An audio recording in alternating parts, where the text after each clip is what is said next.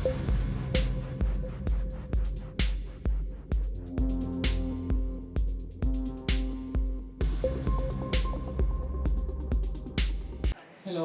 good afternoon everyone. Welcome to the Instituto Cervantes and thank you for accompanying us on this Pride Day celebration. Please welcome to the stage to the Administrator of Instituto Cervantes, Alejandro Palma.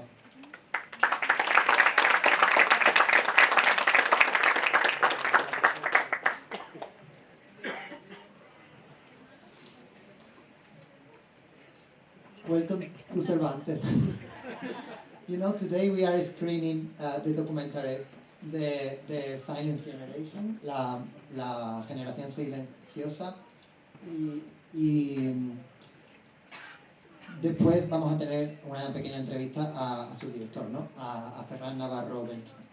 I'm going to speak in English, just I wanted to start with a few words in Spanish. You know, this event gathered to celebrate LGBTQ plus Pride on an occasion that transcends border. Today is an important day, you know, it is 28th of June, and it is not important because it's my wedding anniversary, but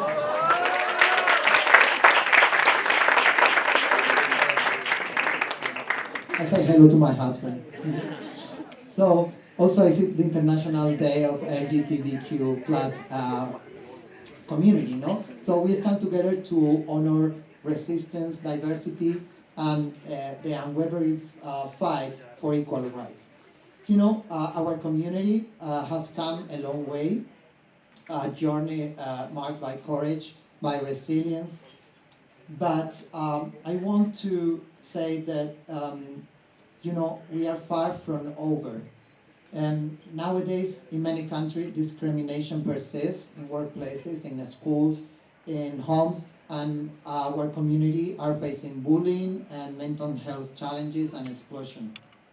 So, as everybody, we deserve respect, we deserve dignity, and the right to love freely.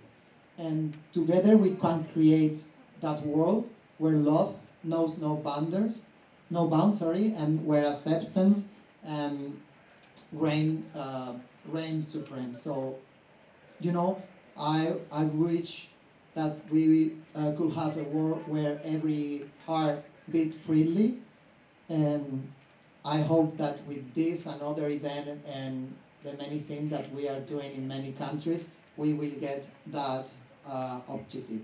So thank you so much for coming. And I hope you will enjoy and you will have this free space to act whatever and however you want and with whoever you want. Thank you.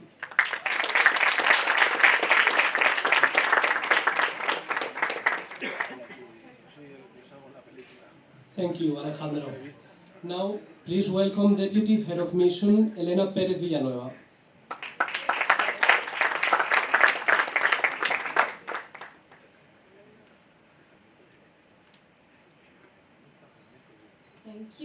Thank you to Cervantes for welcoming us today, and thank you all for coming. And happy anniversary, Alejandro. I don't know where you are. It's also a very important day because it's my niece's birthday. So a lot of things to celebrate today. This is always too small for me. I think this was made, I was telling them, I think this was made for the king when he inaugurated the Cervantes, and he's 196. So maybe not for me. So we are here today to celebrate the day of LGBTQI+, which is the rights are an essential part of human rights, as we all know. Only they have not been recognized until recently, and not fully, and not everywhere, unfortunately. Work for human rights is an essential part of our work in embassies everywhere abroad. We support all our causes. Depending on the country, we have to focus more on one or the other. And this part of LGBTQI+ is really a part that we are very happy to work on everywhere, also here in India. In Spain, we have been a long way. Homosexuality, as you will discover, was decriminalized only in 1978 with the arrival of democracy and the new constitution. And the equal marriage was only adopted in 2005.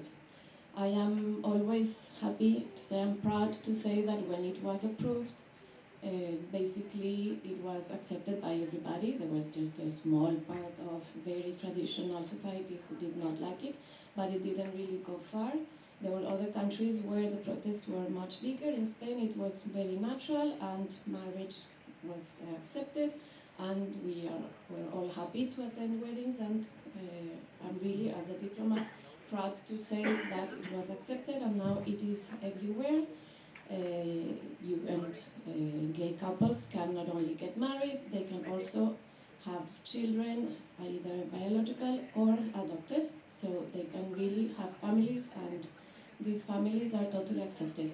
Like Alejandro said, there's still some things to improve, of course. That's why we are here today, and that's why I always like to remind it that we can talk about our experience and we can show you what we have done, what we have achieved, but don't forget that we also have a lot of things also to improve. Now, with the approval of the transgender law in 2023, that was, let's say, one of the most recent steps, the identity freedoms of this group have been fully enshrined. Today, like I said, Spain leads with other countries, but it's one of the countries that is leading the rankings of freedoms and security for the LGBTQI+ community.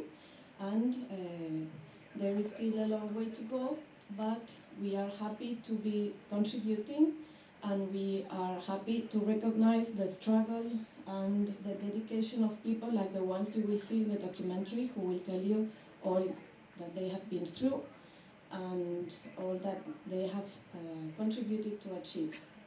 So this generation grew up in a world where they could not be themselves, but luckily they have managed to be recognized and to live, like Alejandro said, the life they wanted to live and with whomever they wanted to be.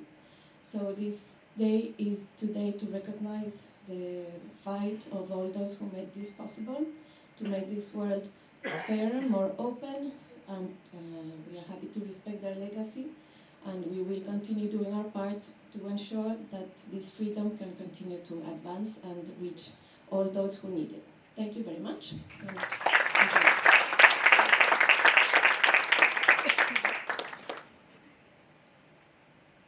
Thank you, Elena. We are now welcoming the director of UNAIDS in India, David Richer. Please come to the stage, David.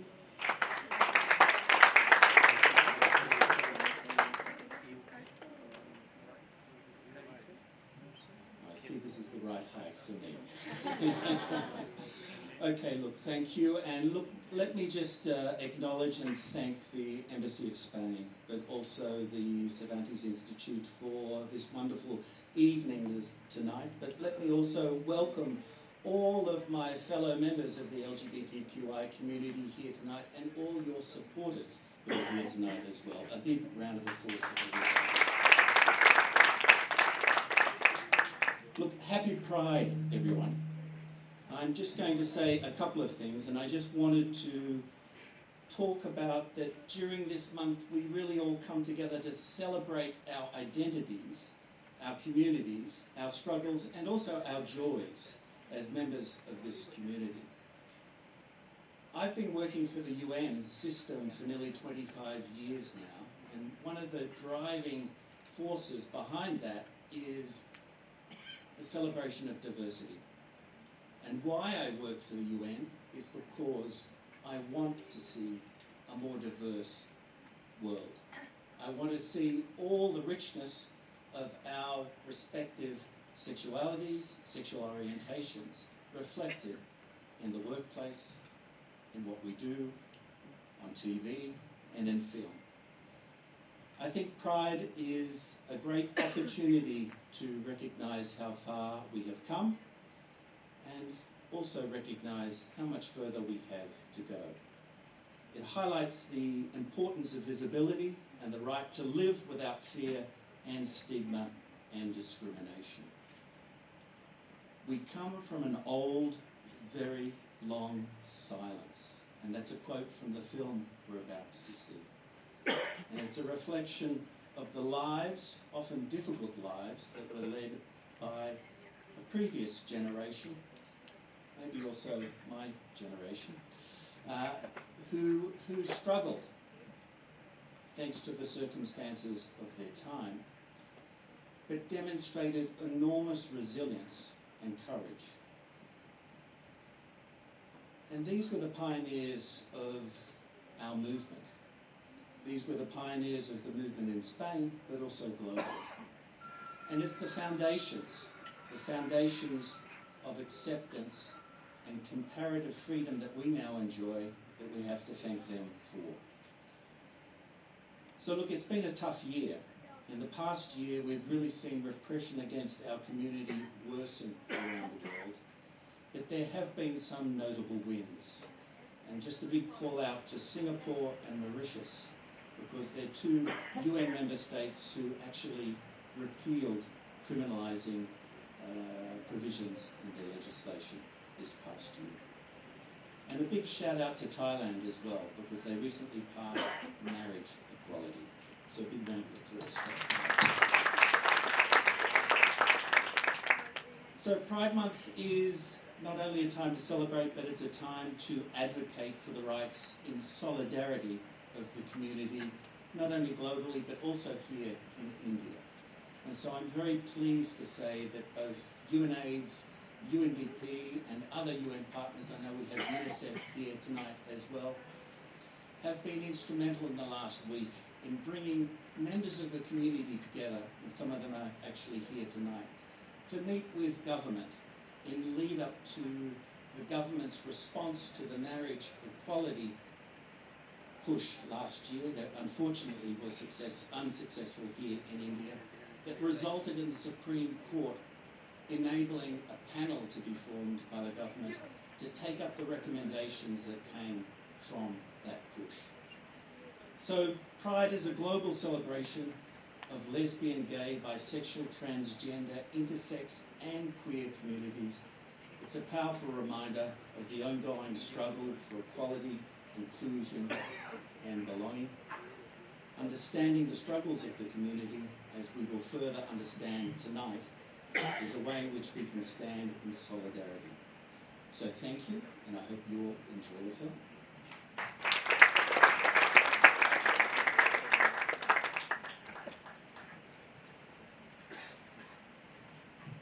Thank you, David. Let's now enjoy the documentary La Generación Silenciosa, The Silent Generation, a film by Ferran Navarro Beltrán, addressing the elder LGBTIQ+ community in Barcelona. Following that, we will connect the director in Spain to have a conversation with Ishan Sharma, film historian, author and founder of Karwal, the Heritage Exploration Initiative, one of India's leading history collectives. They will discuss more deeply some of the topics in the film, the particular life experience displayed in the documentary, and their connection to India. I hope you enjoy.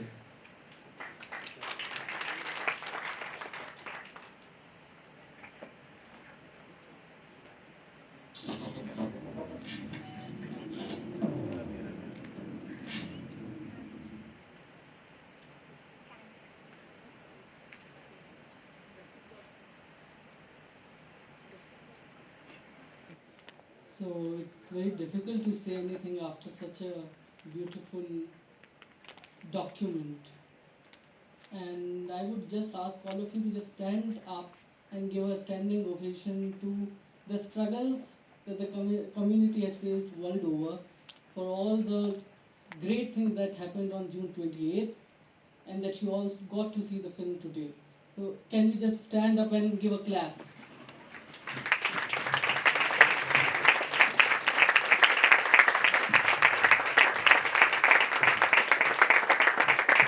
Thank you.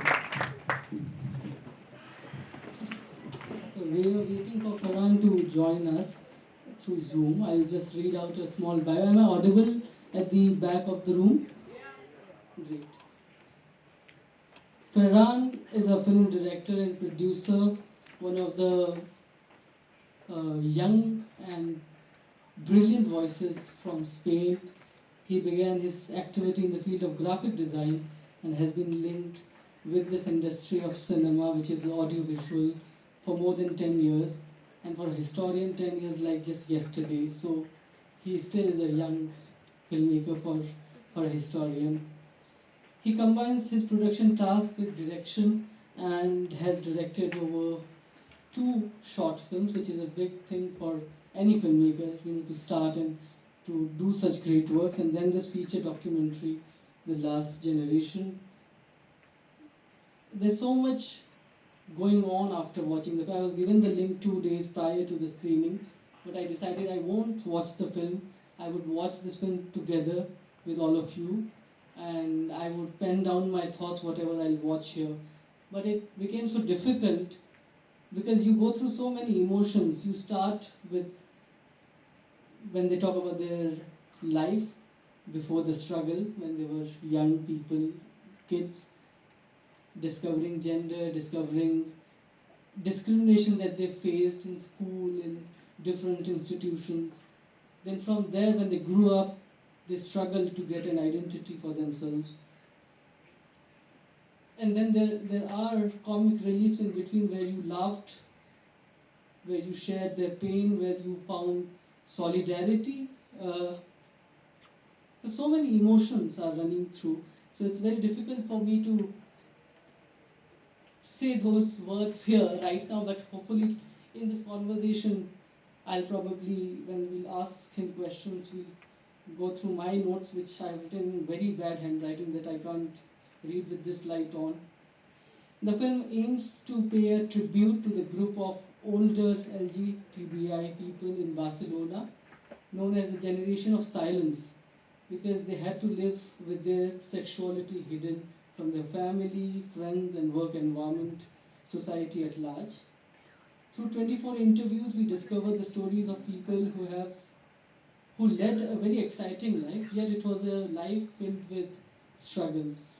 That they even today, finding a nursing home for them is a big struggle, as you all saw in the end of the film. Passionate because they were very brave, they were pioneering people who had to create a path for themselves and for the future generations. And they were resilient, the word that was used in the documentary and in the comments made by the dignitaries before the film. They led a very difficult life, as you all saw in the film. It was the struggle for the law in the 90s, then in 2007. Even today they are seeking equality. So when we say we are in a democratic country, I'm talking about India right now, the ideas that were championed, or the leading ideas of democracy that you got from the French Revolution, equality, fraternity, and how do you accept those ideas without giving the equality as human beings to all genders, all people? This means if you are calling yourself a democracy, you are removing a set of people from your community, from your own kind, as human beings. You don't consider them as humans. You don't consider the rights as humans. And that's what they have said. They are fighting for the human rights. Human rights are central to any democracy, any political arrangements, not just democracy, but any political arrangements. And it was funny to see that under Franco's dictatorship, they found some reliefs in a dictatorship than in a democracy. So there were very many law of social danger and other grave laws that you heard about, that you saw here. So I hope that he has joined, or we're just waiting for him to join in. Recently I was watching an interview of Pope Francis where he said that the church won't accept homosexuality ever, but they have started blessing the couples in some churches. There are changes happening, but those changes are unacceptable because they're very slow, they're very gradual.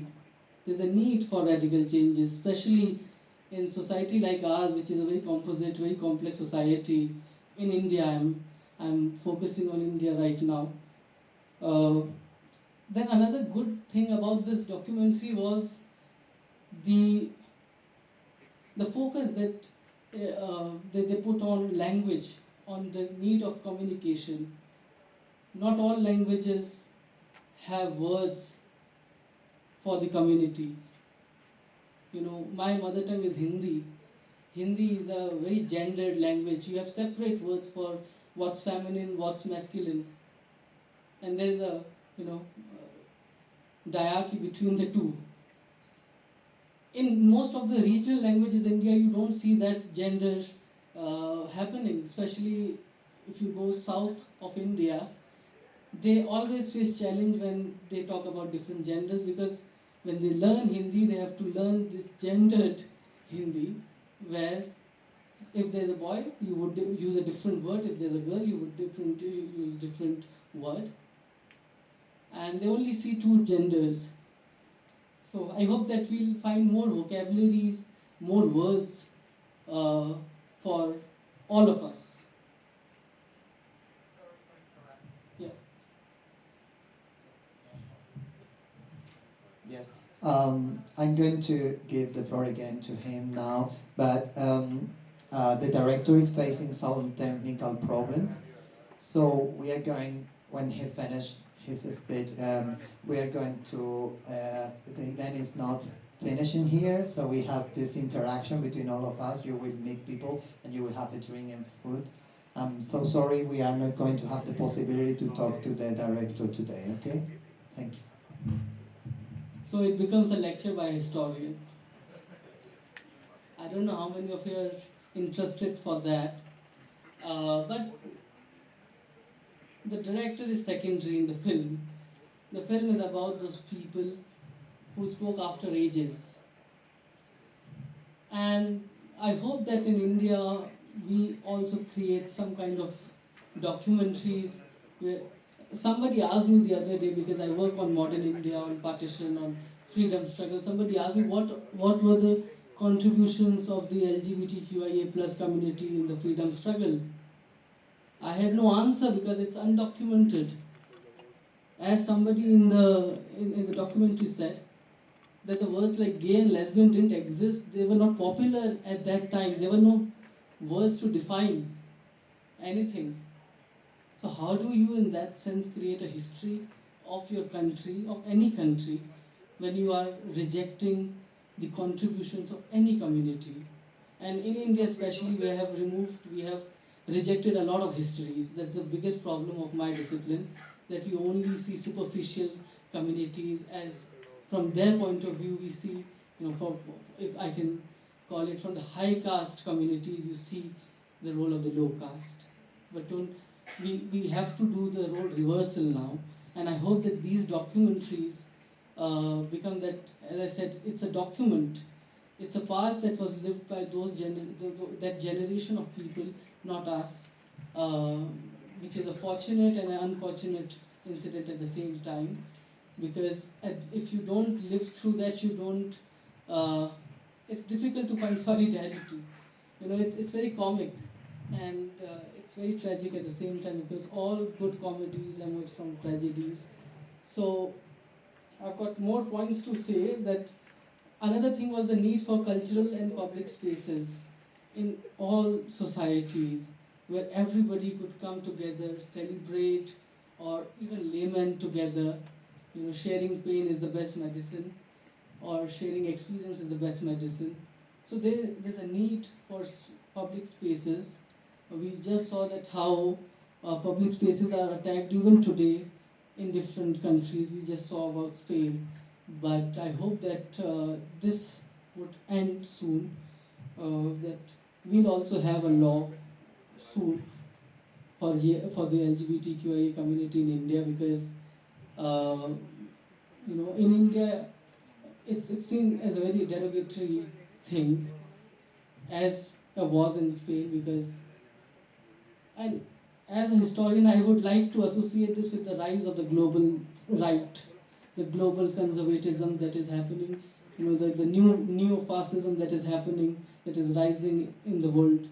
We have to associate these changes with those political changes.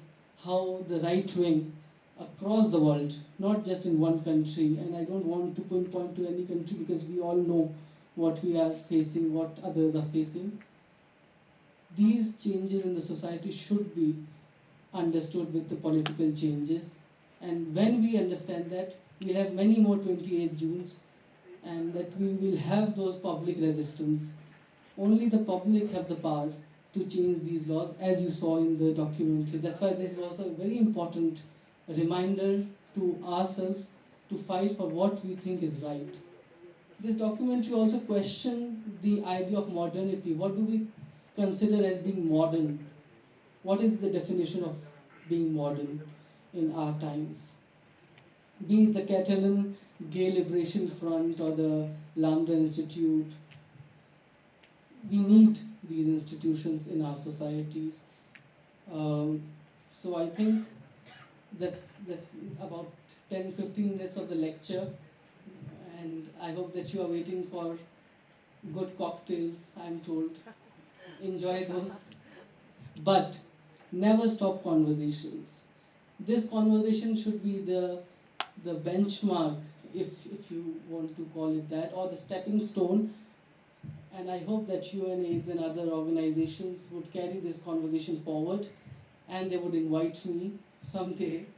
But I also wanted to talk about the stereotypes in cinema, in Indian cinema especially. There were films which are horrible, Badhai Ho and other films that came, that talked about the community in very weird sense, very comical sense.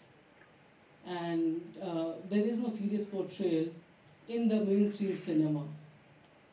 But in the art cinema space, which is the parallel sort of space that not many watch, you see a lot of great content being produced.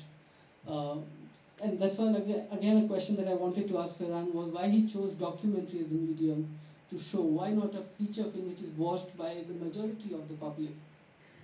Documentaries are majorly watched in film festivals, in different niche audiences. We need to have mass